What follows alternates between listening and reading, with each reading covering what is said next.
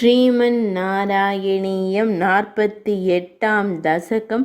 மரங்கள் சரிந்தன. அமரர் உன்னைக் கண்டு களித்தார். தாமோதரன் என அழைத்து மகிழ்ந்தார். ஒரு மலரைப் போல வயிறுடையோனே, மருத மரங்கள் கண்டாயன்றோ?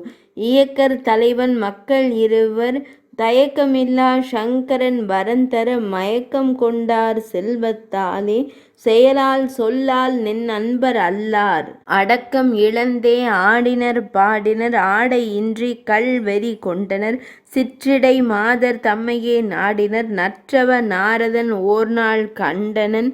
முனிவனைக் கண்டதும் மங்கையர் உடுத்தார், நன்மை இழந்த இயக்கன் மக்கள் வெட்கம் தொலைந்து அசையாதிருந்தார். சுட்டதோர் சொல்லை நாரதர் உரைத்தார். மரமாய் நிற்பீர் பின்னொரு நாளில், அரியைக் காண்பீர் அன்று மீள்வீர். நாரதர் சொல்லால் மருதமாகி ஆர்வம் கொண்டே நின்றார்தானே. உரலை இழுத்தே சென்றாய் நீயே, மரத்தின் மீது கொண்டதை மோத. உரத்தை இழந்தே நின்றிருந்ததனால் முறிந்தே வீழ்ந்தன சடசடவெனவே.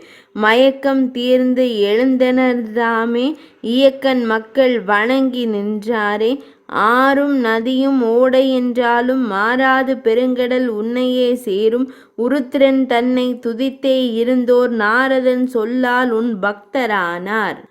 ஒலியைக் கேட்டார் விரைந்தார் கோபர், சலியாதிருந்த உன்னைக் கண்டார். வருந்தி நின்றாள் யசோதை அங்கே, உரலின் பிணிப்பை நீக்கினன் நந்தன். இருமரம் வீழ்ந்தது பெருமரம் அன்றோ, ஒரு தீங்குமில்லை நம் பிள்ளைக்கே. விந்தை இதுவென வியந்து நின்றார், எந்தை நீயே என் பிணி தீர்ப்பாய். 48ஆம் தசகம் இனிதே நிறைவடைந்தது.